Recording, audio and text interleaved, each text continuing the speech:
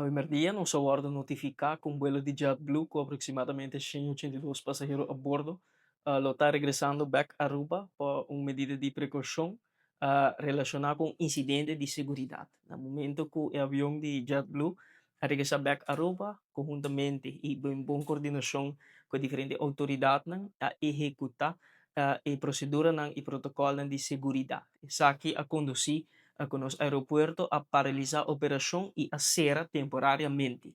Esa que conducir que vuelo no por bay y vuelo no por baja aquí en Aruba. Los tres vuelos que estaban viniendo en dirección de Aruba ahora redirigir para Bonaire, Corsou y San Juan y nos ahora notificar algún rato pasar 5 horas de tarde que el aeropuerto de Aruba a reanudar su operación, que el aeropuerto de Aruba está back a abrir para recibir vuelo y traficar también e diferentes passageiros para não chegar na destinação.